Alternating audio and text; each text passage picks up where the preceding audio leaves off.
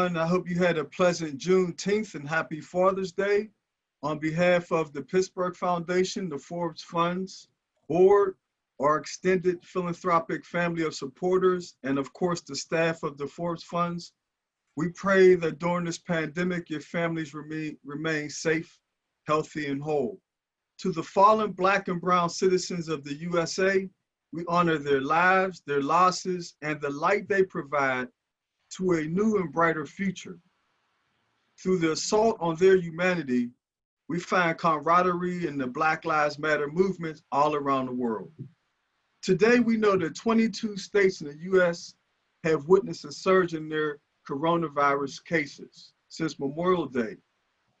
2 weeks ago, PA went green, and over the past 20 weeks, the Forbes Funds has hosted over 500 Zoom meetings with over 8,000 contacts during that time, with a focus on nonprofit leaders, government officials, people in philanthropy, university members, corporations, community leaders, and stakeholders. During that period, we've looked at the need for infrastructure and systems change. Recently, on a viral workshop I was on, Amplify Stewardship, I asked a question. I've been noticing in many meetings that we've been in that I've been running into a lot of managers and not leaders. 3 university officials proclaimed to me that over the last few decades, they've trained more managers than leaders. Every effective system needs both managers and leaders. This is not disputable. Moreover, generous leadership is needed. If leaders have a need or a flaw, it's in their generosity. Most leaders feel motivated to serve others, to help them grow and thrive, solve problems that prevent potential from being reached, and save causes that benefit mankind.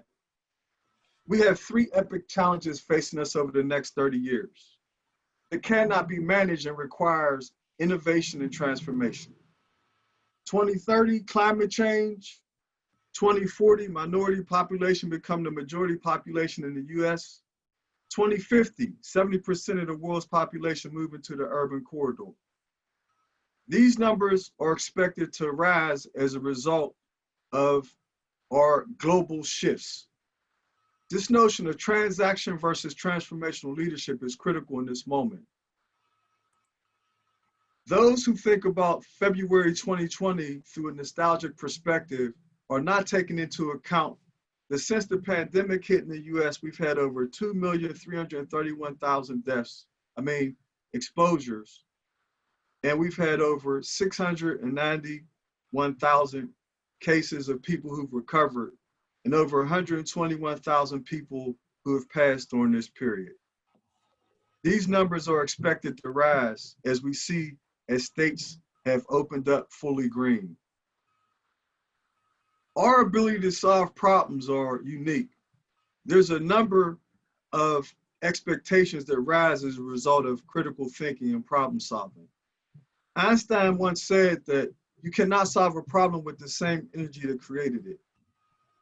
Our ability to resolve problems and innovate are directly tied to our ability to dream and imagine. The dichotomy that exists in the US and throughout the world has encompassed race, class, and wealth. Today, a virus has cut across each of those 3 domains and has had a disproportionate impact on Black and brown people, as much as 3 times our white counterparts suffering death as a result of their exposure to COVID. I believe Einstein was suggesting that we must vibrate at a different frequency for people to really fulfill their full purpose. We must become vulnerable and fully present. That is the only way that we can truly fulfill our destiny, our dharma. I would suggest that Einstein is promoting that we arrive at this notion of collective genius.